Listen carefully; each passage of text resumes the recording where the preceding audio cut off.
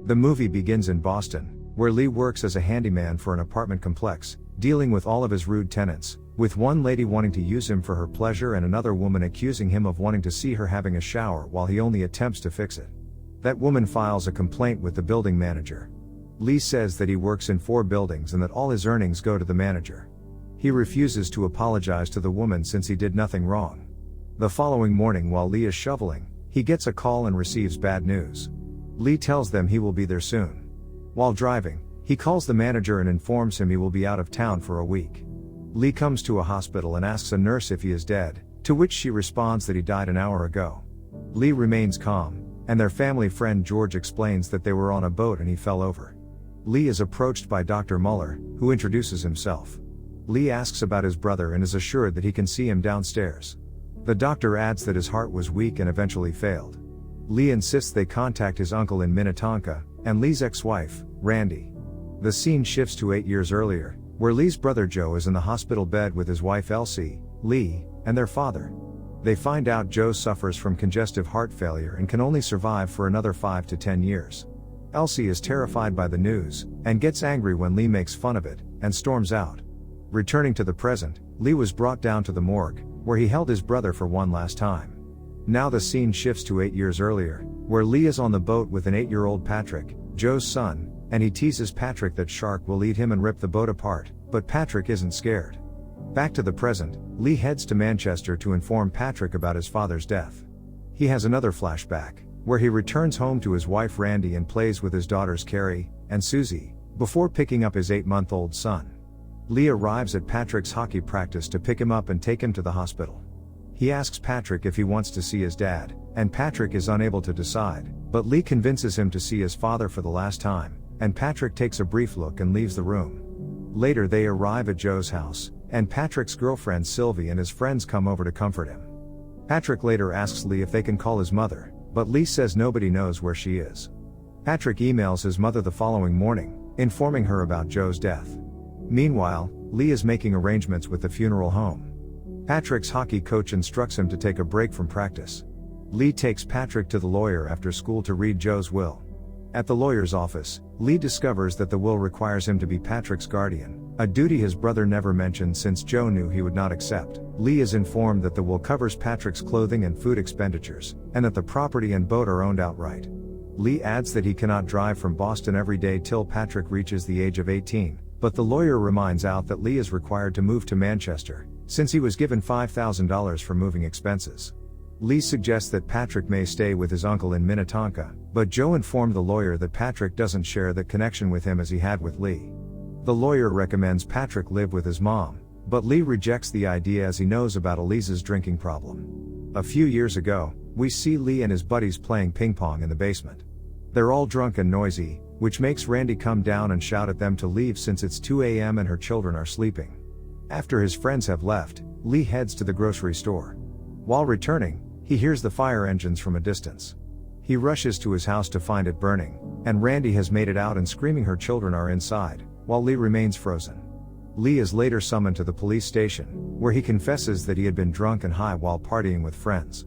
After Randy forced them out, he started a fire in the fireplace to warm the home up. He takes a 20-minute walk to grab some beer and wonders midway whether he put the fireplace screen up. He thinks that's fine and proceeds to the store. He informs them that a log must have fallen out.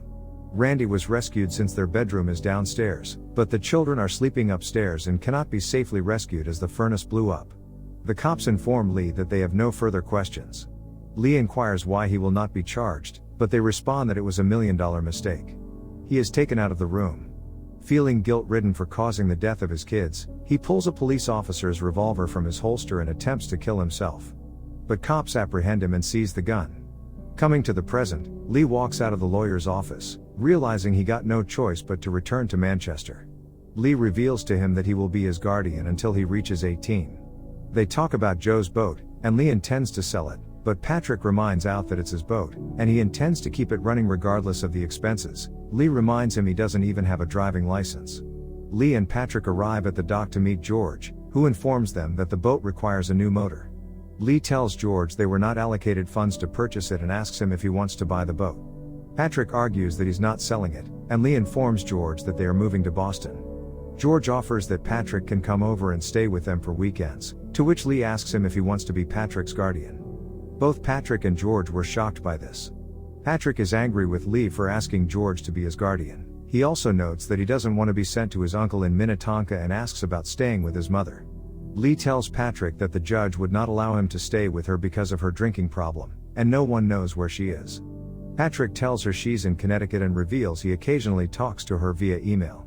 They stop at a funeral home, and Lee has a brief conversation with the undertaker. Later, Patrick asks why they can't bury his father, but Lee says the ground is too hard due to the winter and that they must wait until spring, and that the body must be stored in a freezer until then. Patrick advises using mini steam shovels. Lee informs him that using heavy machinery in a cemetery would be hurtful to the families of those buried there. Patrick thinks about burying his father somewhere else, but Lee informs him that Joe chose that plot. Later, Lee drops him at his girlfriend's house and is surprised to learn it is Sandy's house, not Sylvie's. Patrick is in the band practice with his friends, and Lee arrives to pick him up. He is greeted by Sandy's mom, who invites him for dinner, but Lee declines and says he will come back later when Patrick is ready. A few hours later, Lee comes over to pick up Patrick. Lee is back at Joe's house when he receives a call from his ex-wife, Randy. She has learned of Joe's demise and expresses her condolences. She then reveals that she is pregnant and wants him to know because it would be clear when he sees her. She attends the service the next day with her husband Joshua. That evening, Patrick asks if Sylvie can stay over, but Lee refuses because he doesn't like her. When Lee says they will be moving to Boston soon, Patrick argues that he is a janitor and could do that anywhere, but he had to leave his high school, his sports team, and his friends and 2 girlfriends. He wonders why Lee is not willing to return to Manchester. 5 years ago, Lee packed his car to leave the town after losing his kids. Joe asks where he'll stay, and he replies in a hotel. Lee clearly does not want to move to Manchester since it haunts him for the tragedy of his children. Patrick opens the fridge for a snack that night, and packets of frozen meat fall out. He then suffers a panic attack, and Lee comes down to help him relax. Patrick is taken to his bedroom, still terrified and upset. Patrick reveals that he is worried that his father is in the freezer. The next morning, Lee informs him they can stay in Manchester until the end of his academic year. Patrick wonders why he cares if it's good with him when he's already chosen for both. Lee drops Patrick at school, and he asks for some money from Lee. When Lee inquires about the money he got for helping George with the boat, Patrick responds that he is saving it for a new motor. Lee returns home and enters Joe's room and the phone rings. It's Patrick's mother Elise. Lee had no idea how to respond, so he hangs up. That night, Patrick asks him why he didn't inform him his mother had called, since she had emailed him that she's in Essex and wants Patrick to meet her fiancée. Lee claims he hung up the phone as he didn't know what to say and didn't inform Patrick for the same reason. Patrick considers moving in with his mother in Essex, claiming she no longer has a drinking problem so that he can go to the same school and be with his friends while Lee can return to Boston. Lee says he will not allow that but promises he will speak with her, and if she appears normal, he will allow Patrick to have lunch with them. Patrick goes for a ride on his boat with George, and Lee goes around looking for a job, but people refuse to give him one because of his bad reputation. Lee agrees to drop Patrick off at Sandy's place for band rehearsal. When they arrive, he invites Lee to stay for dinner since Sandy's mother likes him, and this would give Patrick some time alone with Sandy. Lee reluctantly agrees. Sandy's mother attempts to strike up a conversation with Lee, but he remains silent. When she hears a noise upstairs, she goes to Sandy's room and knocks on the door. Patrick and Sandy quickly get dressed to pretend to be working on their homework. Sandy's mother informs them that Lee would not speak to her and she can't sit with him anymore. Driving home, Patrick mocks him for not being able to have a normal conversation like a grown-up. Patrick was brought to Elise's home in Essex. She hasn't seen her kid in years and is surprised at how big he has grown. Patrick meets her fiancé, Jeffrey, and they settle down for lunch. Patrick takes note of all the religious stuff lying in the home. Elise informs him that she's sure her new life has come as a surprise to him, and soon their conversations turn awkward. Elise then excuses herself to the kitchen, leaving Jeffrey and Patrick alone, and later Jeffrey excuses himself into the kitchen to check on her. While leaving, Patrick tells Lee that his mother was quite worried, and her fiancé was very religious. Lee notes that Patrick's mother appears to be doing well and is no longer drinking. Patrick becomes enraged, accusing Lee of going to any length to get rid of him. Later, Patrick gets an email from Jeffrey informing him that his mother would prefer that they do not rush into future visits and that he should go through him from now on. Lee later asks Patrick if he likes to have friends over, but Patrick refuses. Lee walks into Joe's den and notices all the handguns on the rack, telling Patrick that those guns are worth a lot of money and they may trade them for a new motor. They install a new motor to the boat, and Patrick drives the boat with Sandy while Lee watches them. Later that day, Lee encounters Randy, who is out with a friend and her baby in a stroller. Her friend excuses herself so Randy and Lee can have a conversation. Randy gets emotional and wishes she could have lunch with him and share how she feels bad about the terrible things she said to him after their kids died. She says she was acting out due to her grief and is still hurt, but she also knows he is broken. Randy informs him that she wishes to tell him that she was mistaken. She continues to apologize, but he seems uncomfortable and refuses to have lunch with her, and he abruptly stops the conversation before leaving. The experience has shaken Lee. He goes to a local bar and hits a guy who accidentally touched him. George arrives and breaks up the fight. He takes Lee to his home, and while George's wife cleans his wounds, he breaks down in her arms. Lee finally opens up to George and his wife. Lee informs Patrick over dinner that he got a job in Boston, and Patrick doesn't need to come there since George will take him in because his 2 kids are moving out.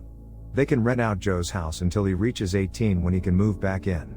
When he turns 21, he may sell it or keep it, and they can rent it out during summer. Lee will be the trustee, but any financial arrangements made for Lee will be transferred to George. When Patrick asks why he can't stay in Manchester, Lee reveals he can't get over the tragedy by staying in the town. Patrick asks whether George and his wife would be his guardians, and Lee responds they'll adopt him. Patrick gets upset and begins to cry. Finally, spring has arrived, and they can finally give Joe a funeral service. Randy has come with her baby and husband. Later, Lee informs Patrick that he will stay with him until July because he has yet to find a place to stay in Boston. He's turned down the building they offered and is looking for a bigger place if Patrick goes to college in Boston and has to stay overnight. Patrick states that he will not attend college, so Lee informs him that the additional room will be used for all his stuff. The movie ends with Lee and Patrick riding on a boat. Thank you for watching. Make sure to subscribe and turn on notifications to watch more videos like this.